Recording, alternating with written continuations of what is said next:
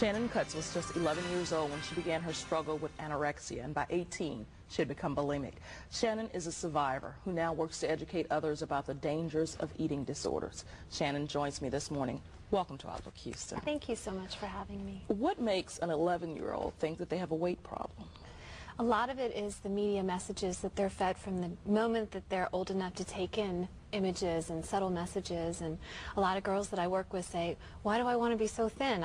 I've always wanted this, but I don't even know why. And it's because they were kind of told and educated that they wanted this from the time they were old enough to take in these images, so that by the time they hit about age 11, which is about the time they start to have some disposable income, they're ready to tell their mom and dad what they want. And since 50% of media marketing targets beauty as a reason to buy their products, it's very important that this education take place.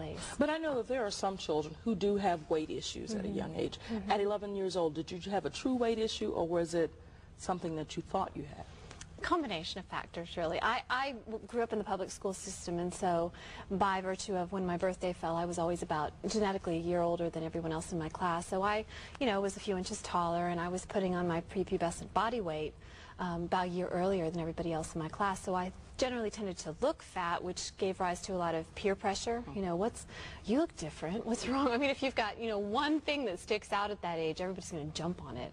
And so there is that factor, but there's also just that perceived notion that kids carry with them, that there's something wrong with them, and that sometimes contributes to the feeling fat, which may or may not actually be true. So once you start this feeling fat, how did you progress into having anorexia? Well, it actually was one pivotal moment in time when my best friend from the time I was in kindergarten came up to me in 6th grade and said, "Shannon, I hear you've been telling people that we're best friends." And yeah. Since kindergarten.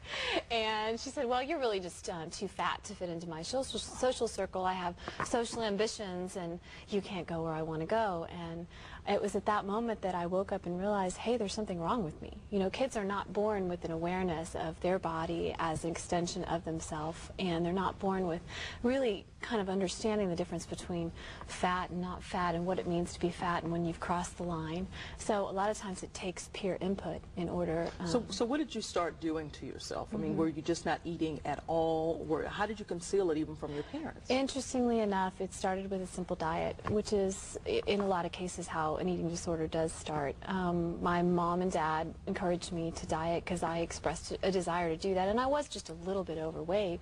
Problem is I was getting ready to grow, so I probably could have kept that weight on and be just fine in about 6 months when I grew 5 inches. But we put me on a kind of just to restrain calories, and my dad dieted with me to kind of support me.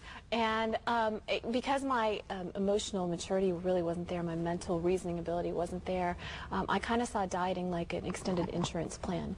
Like, if I just diet, I'm on a roll right now, I don't really like this dieting thing, but if I just diet a little bit more and a little bit more now, then I can eat whatever I want later and everyone will love me.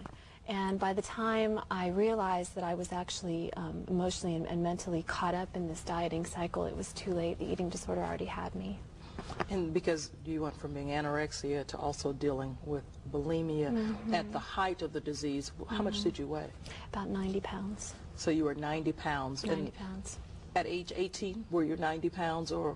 I pretty much fluctuated from 90 to 92 pounds for quite some time, but we get very good at hiding the disease. A coat like this, over some baggy jeans and a big 2XL t-shirt, and a lot of people won't pick up on it.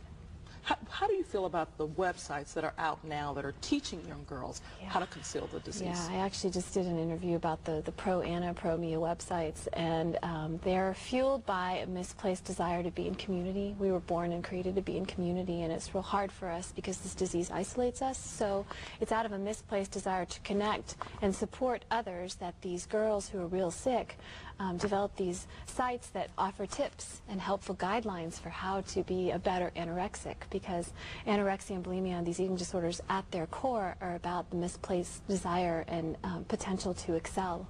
Most of these girls are type AAA personalities with extra high intelligence, and they're going to be real good at whatever they do. And so as a parent, if you believe your child has a problem, so what are some of the warning signs, some of the things that you did? Sure. Well, some of the things that you'll notice is the child will skip meal times or think of creative reasons why they just ate an hour ago, they're not really hungry, or they don't really like that food anymore, or they'll push food around on their plate. For people that are bulimic, a lot of times if you notice that they seem to eat a reasonable amount, but then they run off to the bathroom afterwards, and maybe you hear the sound of running water, or you notice when they come out their cheeks are swollen, or their face looks red, or they just seem to stay in there a real long time. Signs of depression, suicidal tendencies, irritability, inability to concentrate, they're sleepy all the time. And with all of that going on, what brought you out? What helped you to get over, to make it through this disease? Honestly, I don't know if you've ever seen the movie with Jennifer Lopez called Enough. Yeah, where she has this abusive spouse, and all of a sudden she realizes that what he's offering to her, which he calls love, isn't really love at all.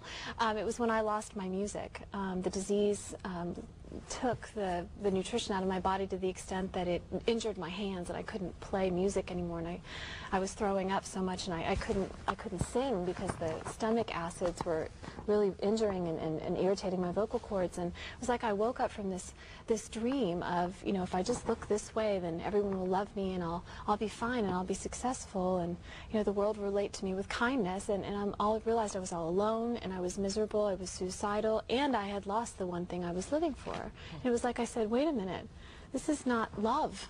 Enough. I'm going to take my life back, because I was living for something until now, and I want that back.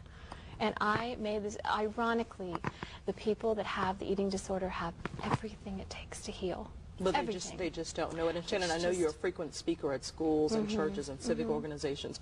Would you give us your website address so that people can log on if they want more information? Absolutely. It's www.key-life-life.com.